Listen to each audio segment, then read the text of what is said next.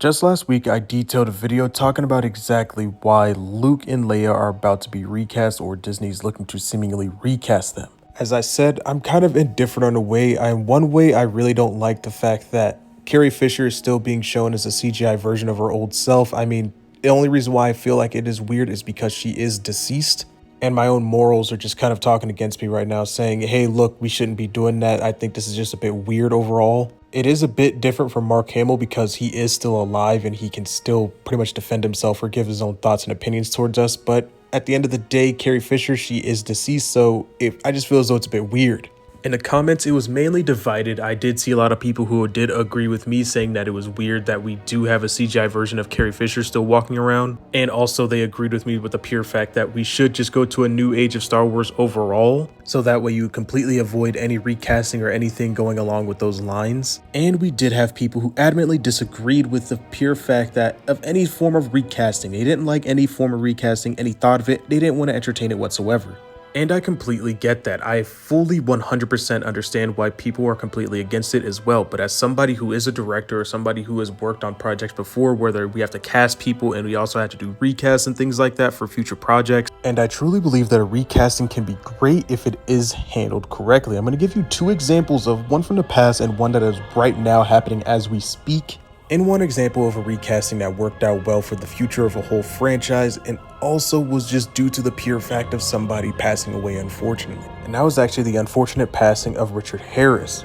If you guys don't know who Richard Harris is, he was the original Dumbledore, at least for the movie side of Star Wars of Harry Potter. And unfortunately, he would not be able to do any other movies outside of The Philosopher's Stone, the first movie, because he did pass away in 2002. But when it came to recasting him, they didn't go for somebody who didn't look like him. They didn't go for somebody who wasn't old. They didn't go for somebody who was just completely different from what Richard Harris brought to the screen. No, they went and they got somebody who could do just as well of a job as Richard Harris did and also keep bringing up the character of Dumbledore. Their recasting choice was Michael Gambon, somebody who cared about the character of Dumbledore, somebody who cared about the series of Harry Potter, the books and everything along those lines. He cared about everything. And this is one of the first big things that happens when it comes to recasting. The first one is looks. If you look and play the part pretty well, then you can automatically apply for the job. And secondly is if you care enough about the series. A lot of these recasts that they have going on nowadays, nobody cares about the series. They just want to fill their own pockets and line it up and get whatever money they can off of it to boost their career. But that wasn't who Michael was. He truly did care for the series. He truly did care for the character, and we all thank him for that.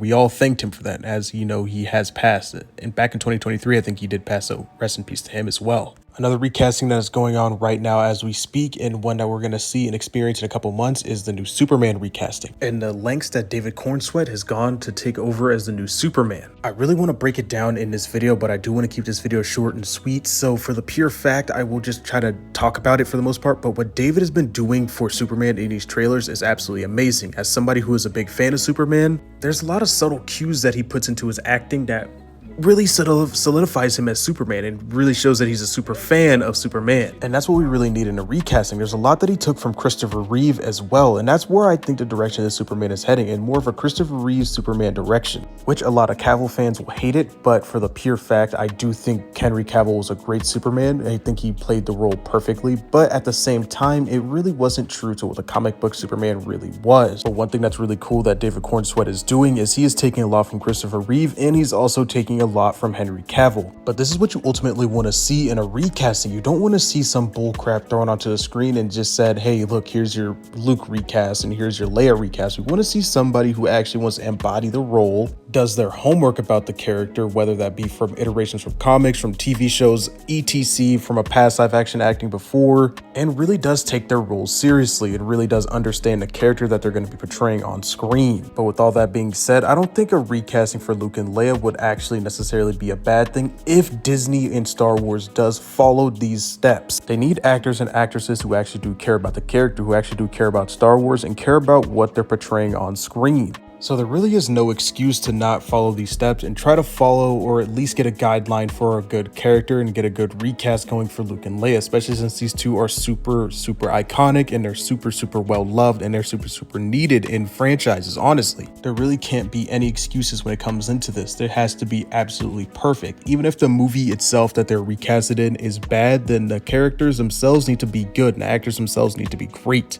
It is extremely possible. It's very, very possible if Disney does care about this. But anyway, that's all I got for this video. Let me know your guys' thoughts and opinions in the comment section down below. May the force be with you guys, and as always, have a great rest of your day.